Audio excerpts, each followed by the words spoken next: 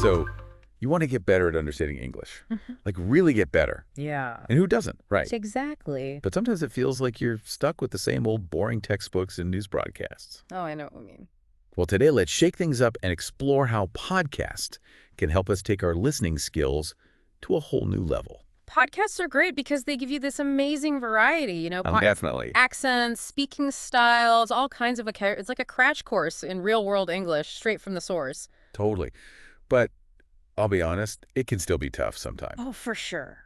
I mean, we've all been there trying to decipher a super fast talker or stumbling over a word we've never heard before. It happens to the best of us. It's so frustrating. Yeah, but here's the thing.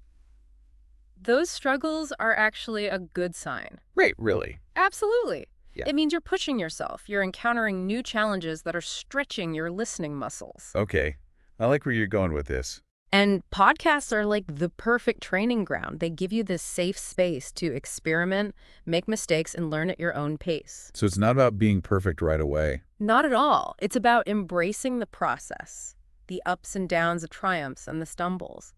All of it contributes to your growth. I'm starting to see the light here. And trust me, as you keep listening and keep practicing, you'll start to notice those stumbles happening less and less. That's encouraging to hear. So let's get down to brass tacks. What are some practical things we can do with podcasts to make real progress? Well, first things first, you've got to find podcasts that truly capture your interests. Like stuff that makes you want to hit that play button again and again. Precisely. When you're genuinely hooked on the content, you'll naturally be more engaged, and the learning just happens effortlessly. It's like the difference between forcing yourself to study a boring textbook and getting lost in a captivating novel. Exactly. And the beauty of podcasts is that there's something out there for everyone. Oh, I totally agree. I mean, the Yeah. variety is mind-blowing. Oh, history, science, pop culture, true crime, you name it, there's a podcast for it. So the key is to tap into your own passions and let your curiosity guide you. Absolutely. And don't be afraid to experiment. Try out different genres, different hosts, different formats until you find those podcasts that truly speak to you. I like it. So we've got choosing podcasts that we love. That's a great starting point. It is. And once you've got your lineup, it's time to dive into the different types of podcasts that can help you develop specific listening skills. Oh yeah, there's a whole world of listening skills out there. You've got your storytelling podcasts, which are amazing for improving comprehension and vocabulary. They're like mini audio dramas. Exactly. Think of shows like Serial or Radiolab.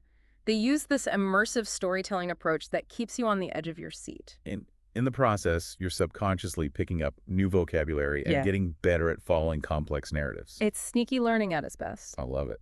Yeah. Then you've got interview-style podcasts where you get exposed to a whole range of voices and perspectives. It's like eavesdropping on fascinating conversations. Seriously, it's amazing how much you can learn just by listening to two people having a genuine back and forth. And shows like Fresh Air or The Tim Ferriss Show are fantastic for this. They feature interviews with all sorts of interesting people from different backgrounds and fields. So you get to hear different accents, different speaking styles, different ways of expressing ideas.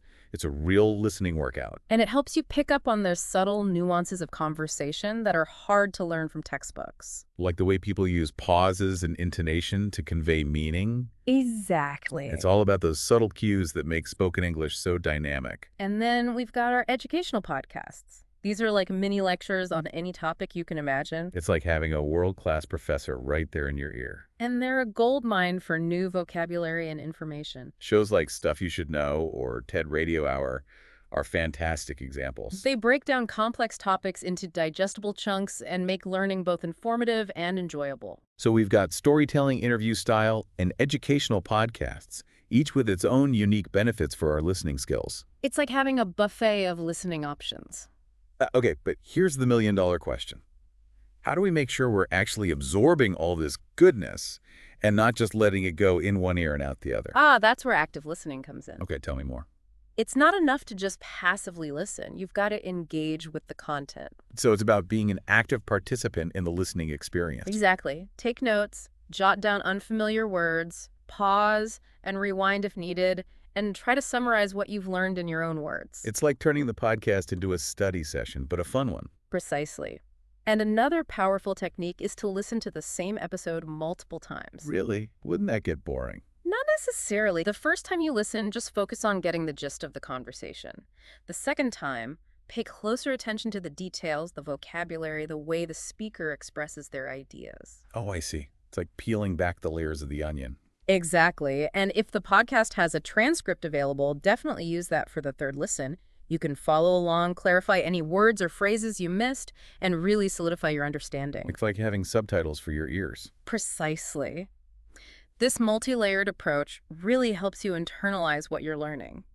So we've got choosing podcasts we're passionate about, actively engaging with the content, and using the multiple listens technique. That's a great foundation. It is. And once you've mastered those basics, you can start experimenting with even more advanced techniques to really supercharge your listening progress. Like what? I'm intrigued. One technique I find incredibly helpful is shadowing. Shadowing, what's that? It's basically listening to a segment of the podcast and trying to repeat it simultaneously, mimicking the speaker's pronunciation and intonation. Oh, wow, that sounds challenging but super effective. It is. It's like having a personal pronunciation coach right there in your ear. So it's not about being perfect. It's about training your ears and your mouth to work together and get comfortable with the sounds of English. Exactly. And as you practice shadowing, you'll start to notice your pronunciation improving and your fluency increasing. I love that. It's like a workout for your pronunciation muscles. Precisely. And another powerful technique is dictation. Dictation, as in writing down everything you hear. You got it. You choose a short segment of the podcast. Listen to it carefully and write down everything you hear word for word.